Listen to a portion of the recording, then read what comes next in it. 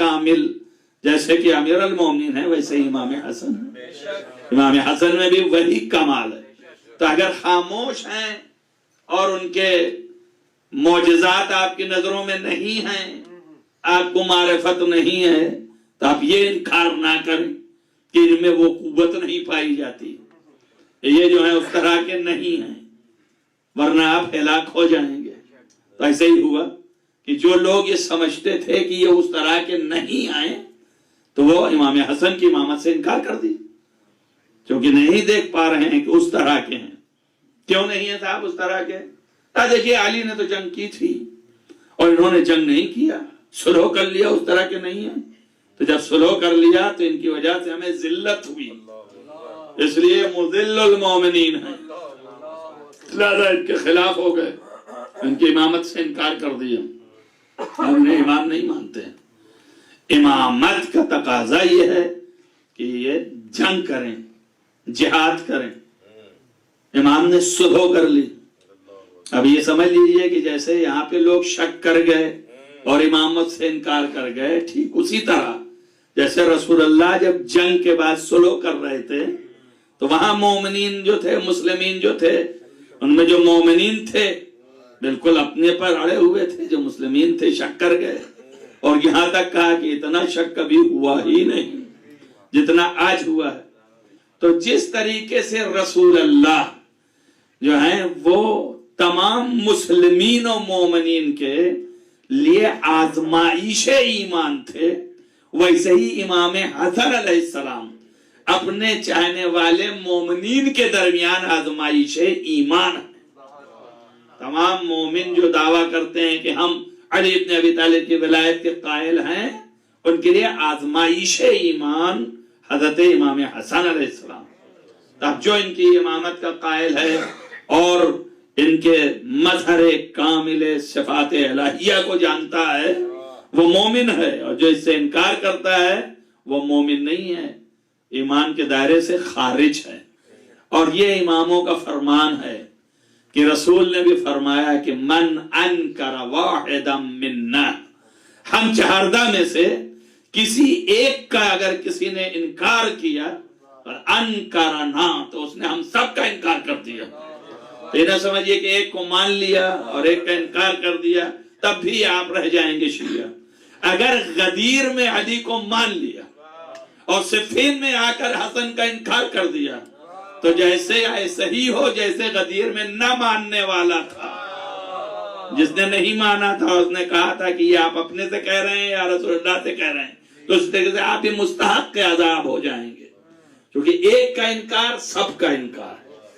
اس لیے ہے کہ اگر کوئی کسی امام کو مانتا ہے اور کسی امام کا انکار کرتا ہے تو گویا سب کا انکار کر رہا ہے۔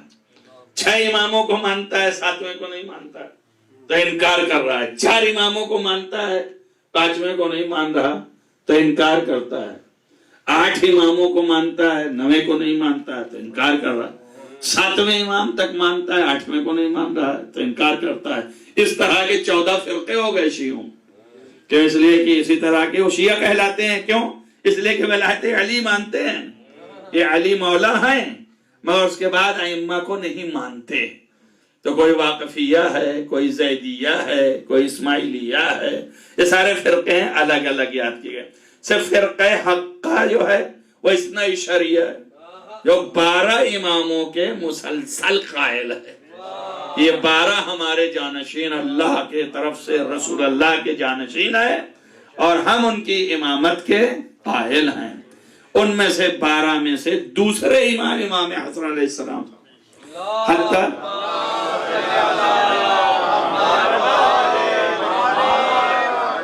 اب اس کلمہ الہی کی عظمت یہ ہے کہ امام حسن علیہ السلام بھرپور اقتدار و قوت رکھنے کے ساتھ انتہائی تحمل کے مالک تھے۔ صبر و تحمل جو ہے آپ کا سب سے اعلیٰ تھا، انتہائی تحمل کے مالک تھے، اور مظلوم بھی بے انتہا تھے، اس لیے کہ اپنے ہی چاہنے والے جو ہیں وہ ان سے بیگانہ ہو گئے، بیزار ہو گئے، دور ہو گئے، تھوڑے ہی سے رہ گئے لوگ۔ تو تحمل کی انتہا یہ ہے کہ ہر قسم کے مصائب آپ کے اوپر ڈھائے گئے ہیں اور ہر قسم کے مصائب آپ نے برداشت کیے، تحمل کیا، برداشت کیا. یہ کوئی آسان چیز نہیں ہے کہ آپ کو بلا کر کے اور آپ کے منہ پہ آپ کے والد کو، امیر المومنین کو سب و شتم کیا جائے، گالی دیا جائے اور آپ تحمل کریں، صبر کریں. معاویہ نے دعوت کیا، کہا اس طرح ستاؤ. دعوت کی اور بلایا امام حسن علیہ السلام کو، اور بلانے کے بعد منبر پہ بھیج دیا. اب منبر پہ جانے والے یکے بعد دیگر بنی امیہ کے افراد جاتے تھے اور جا کر کے پھر امیر المومنین کو سب و شتم کرتے تھے اور مولا سنتے رہتے تھے. برداشت کرنا یہ آسان کام نہیں. بہت دیر تک سننے کے بعد آپ نے بھی کہا کہ اب تم لوگوں نے کہہ لیا ہے تو تھوڑا مجھے بھی کہنے دو. لوگوں نے کہا موقع نہیں دینا، اس لیے کہ بنی ہاشم کے ہیں، یہ ان کو نہیں بیٹھنے دینا. مگر پھر بھی دو چار تھے، انہوں نے کہا بہت زمانہ ہو گیا ہے، تھوڑا سا ان کا بھی سن لیں. تو مولا جیسے ہی کہا کہ ٹھیک ہے آپ بھی بولیے، تو آپ بھی منبر پہ چلے گئے اور انہوں نے پہلا خطاب کیا. مخاطب اس کو کیا جس نے سب کو بلایا تھا، تو اس کو پہلا خطاب کیا کہ تو جو ہے کیا بولتا ہے، چار کے درمیان یہ امر دائر ہے کہ تو کس کا ہے. تو کیا بولا؟ 1 گھنٹے سے امیر المومنین کو لعن کر رہے ہیں وہ لوگ، اس کے علاوہ یہ تو کچھ نہ کر پائے. لیکن مولا امام حسن نے ایک ہی فقرے سے کہا معاویہ کو خطاب کر کے کہ تو کیا بول رہا ہے، تو چار کے درمیان امر دائر ہے کہ کس کا ہے. تو کم سے کم حرامی ہونے کا تو اعلان کر دیا. صلوات پڑھیے محمد والے.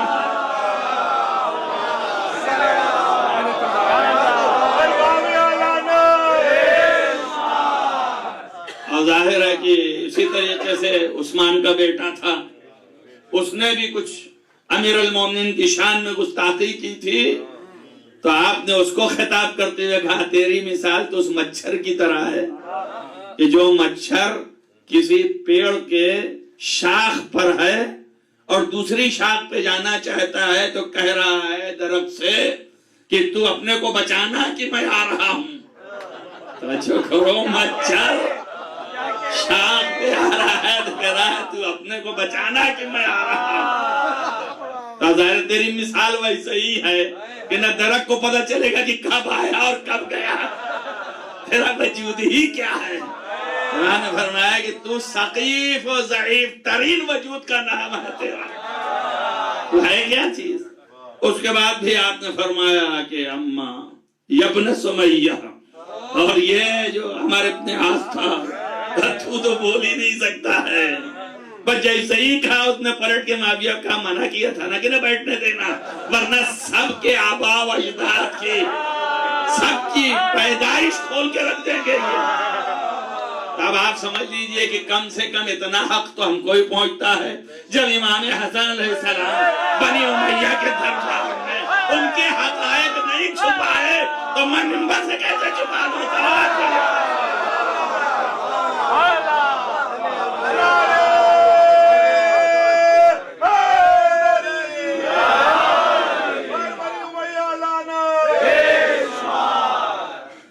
یہ وہ لوگ ہیں کہ جنہوں نے اس طرح ستایا. اگر یہ کہ مولا نے بھی جواب دیا حکمت سے، ادعو الی ربہ، تم اپنے پروردگار کی طرف بلاؤ لوگوں کو، اور سبیل پروردگار کی طرف بلاؤ. الی سبیل ربہ، تو سبیل کون ہے؟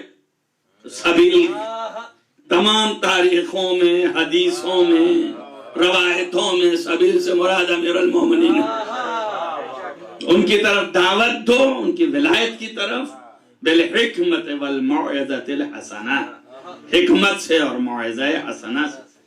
تو اس طریقے سے امام حسن نے موعظہ حسنہ بھی فرمایا، کچھ کہا بھی نہیں اور سب کچھ کہہ دیا، کوئی چیز چھوڑی بھی نہیں. کذاب بھی کہا، مفتری بھی کہا، زانی بھی کہا، یعنی سارے اوصاف خبیثہ جتنے تھے ان کا مالک بتایا کہ تم پیدائشی اوصاف خبیثہ کے مظہر ہو. توجہ رکھنا، ایک طرف ہے اوصاف حسنہ، ایک طرف ہے اوصاف خبیثہ. بنی امیہ اوصاف خبیثہ کا مظہر اور بنی ہاشم اوصاف حسنہ کے مظہر. اسی کو قرآن نے کہا ہے کہ دو ہم نے شجرے رکھے ہیں، ایک شجرہ ملعونہ ہے اور ایک شجرہ طیبہ ہے. صلوات پڑھیں محمد والے.